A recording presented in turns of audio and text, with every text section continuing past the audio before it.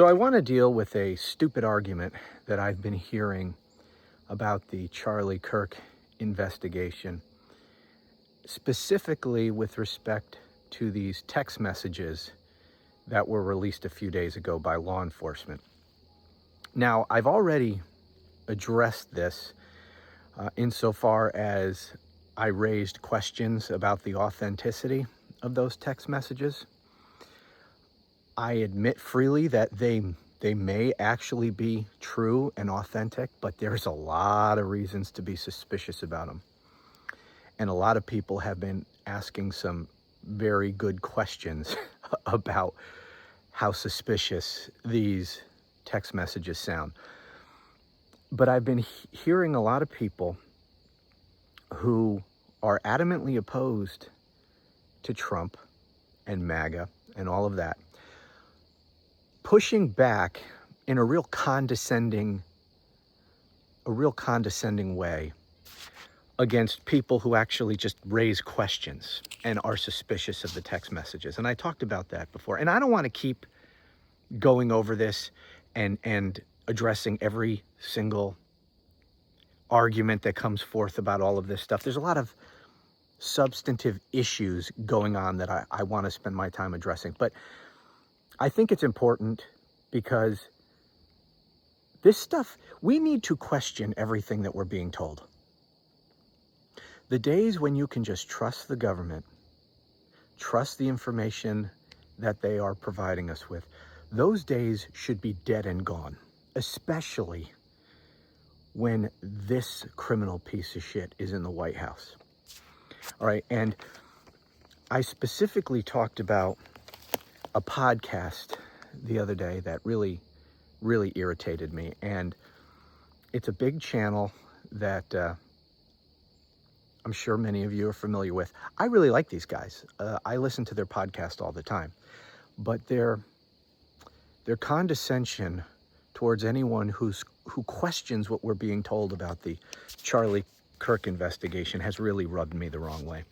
And this morning I was scrolling through Twitter, and I came across one of these Twitter spats between someone from that podcast and I don't know her name. She goes by the name Politics Girl. I've seen her on various social media platforms. I think she's also maybe a guest panelist on CNN. I think I've seen her on that Abby Phillip panel thing that they do every night, which I can't stomach watching because the right-wingers that they have, I mean, you could have serious right-wingers, but the people that they put on that show are not serious. People like Scott Jennings, I'm sorry, I can't fucking take it. Anyway, Politics Girl, not sure what her name is, so I apologize. Anyway, she got into it with this person from this podcast, and because I'm criticizing this person, I don't really want to call them out specifically. Let's just call this person Bim Tiller. All right, just to use an anonymous sort of name. Bim Tiller. So Bim Tiller was getting into it with Politics Girl. And here's what he said to her. This was part of the exchange. They went back and forth a little bit. But he said, "Please be sensible. The texter," and again, we're talking about those text messages, and Politics Girl was, I guess, raising questions, as a lot of us have done, about the authenticity of those text messages. And Bim Tiller and the other people on their podcast channel have just been really talking down to people, anyone who questions it. And Bim Tiller said, "Please be sensible. The texter and the recipient are alive. They could dispute this in court if it were faked. There are good people working on this case in Utah. Why would they all go along with this conspiracy? What even would be the point of this conspiracy?" Seriously, what would be the point?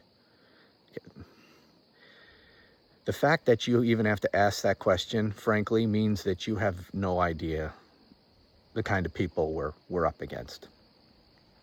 "The theory makes no sense. Please bring on non-ideological legal experts to talk about how this process works. Okay, well, I'm a legal expert, and I can tell you how this works. So this is, what I want to address here is this idea that these text messages that they released could not possibly be faked because they could be disputed in court. Okay, that is true. But that's only if this thing actually gets to trial. That's it. Right now, these text messages aren't evidence. Nobody's had a chance to inspect these text messages or to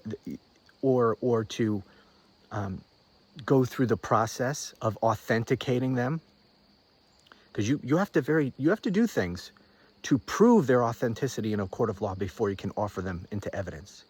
And the defense would have an opportunity to question the experts and to challenge the authenticity. And that's not happened. We don't even have timestamps on these friggin' texts. We know nothing about them. Okay, we know nothing about the servers. We know nothing about any of that stuff. We were just given the written texts by these people.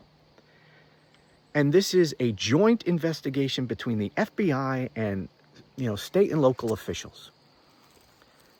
And again, this may all be true. These text messages may absolutely be authentic.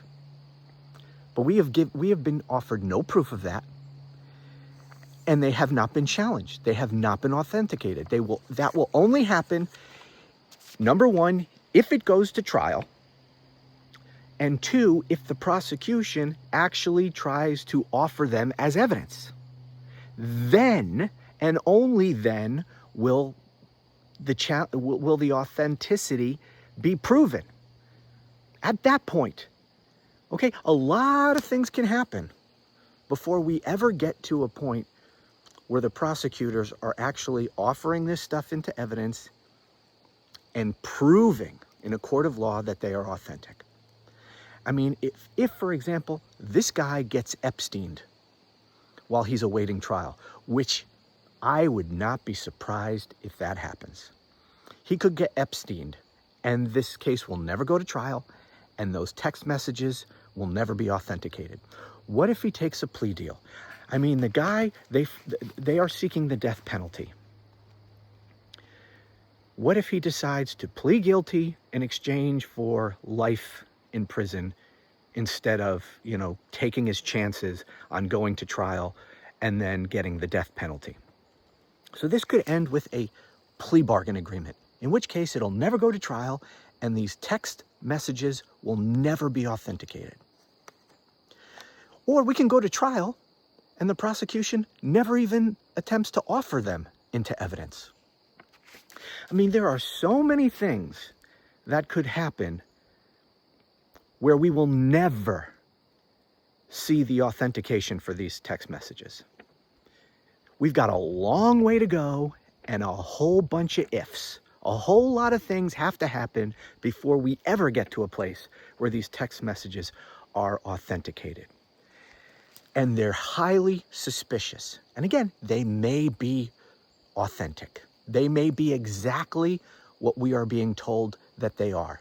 But if they are, they're still weird as shit. They just don't make a whole hell of a lot of sense. But you know what? People are weird. And there's obviously something wrong with this fucking dude if he's actually the shooter and he decided for whatever reason, and that's we still don't know. By the way, I just saw an article today, just came out today, that says there is still law enforcement has found no link between this alleged shooter and any left-wing groups. So the argument that he was a left-winger, it's not a strong argument at this point. We don't know. And he's not talking, at least as far as we know. So we don't know much about this guy at all. But there's got to be, if he's the shooter, there's got to be something wrong with this friggin' guy. So he's at the very least a friggin' weirdo, right? So maybe he doesn't behave like any other 22-year-olds, all right? And he actually wrote these texts. But there's a lot of reasons to question them. And I am sick and tired because of the argument that these people, like Bim Tiller and the people on that podcast and that YouTube channel, what they're saying is that you're a crazy-ass conspiracy theorist, you're not a serious person, if you question this in any way. Unless you accept, without question, what this administration and those law enforcement officials involved in this investigation, unless you accept as fact everything that they tell us, then you are a crazy conspiracy theorist. You're not a serious person. I'm sorry, that's fucking bullshit. And that is extraordinarily naive. And I think, at this point, un-American not to question what we're being told. And it's not a crazy conspiracy theory just to ask questions. I haven't put forth, for example, myself. I guess they would call me a crazy conspiracy theorist because I've asked questions, because things haven't made sense to me. And I'm saying, hey, what about this, this, and this? These things are suspicious. I have offered no theory that I am pushing. All I am doing is asking questions because some of this stuff that we're being told either doesn't make sense and we need more information, or they're just freaking strange.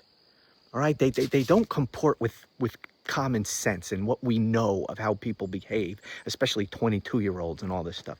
So just, but if you even ask questions, then you're not a serious person. And I reject that, and it frankly pisses me off. And I think it is foolish in the extreme to just accept whatever they tell you.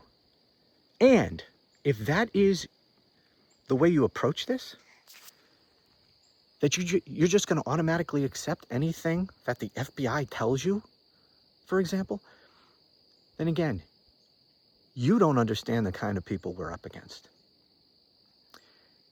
And maybe that should cause people to question anything else you have to say. So, and it may lead to other questions as well. But anyway, I just wanted to address that. Thanks for listening.